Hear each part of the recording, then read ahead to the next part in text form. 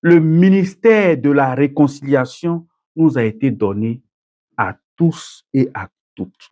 Là, je suis en face des ministres de la réconciliation, du gouvernement divin. Vous êtes des ministres de la réconciliation.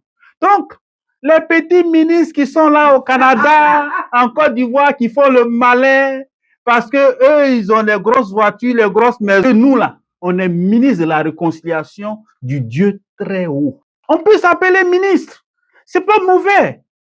Le plus bas ministère que tu as, même en tant que chrétien, c'est d'être ministre de la réconciliation. Donc, chacun a un ministère.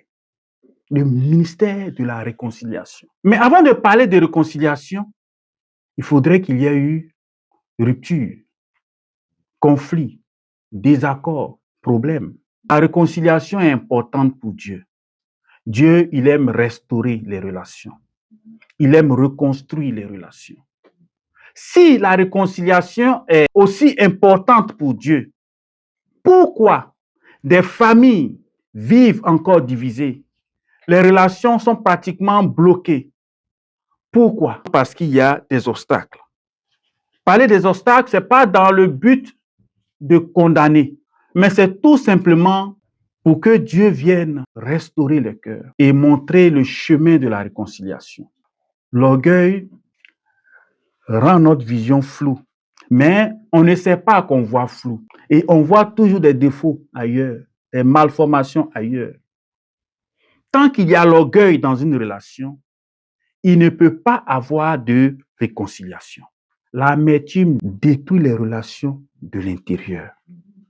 Il y a aussi ce qui n'a jamais été dit, les non-dits.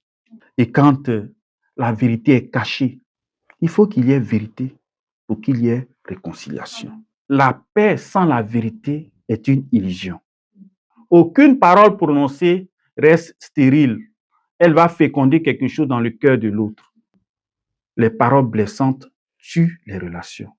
Il y a beaucoup qui disent, c'est pas à moi d'aller vers lui, c'est à lui de venir vers moi. Pourtant, nous, on a offensé Dieu. Lui qui a été offensé là, c'est lui qui a envoyé son fils mourir sur la croix pour nous.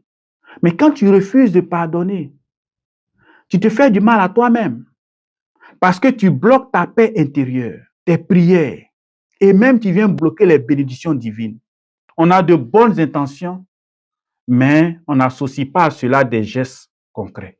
Il y a des moments, les gestes parlent plus que les paroles. Quand tu demandes pardon, ça ne doit pas être verbal seulement.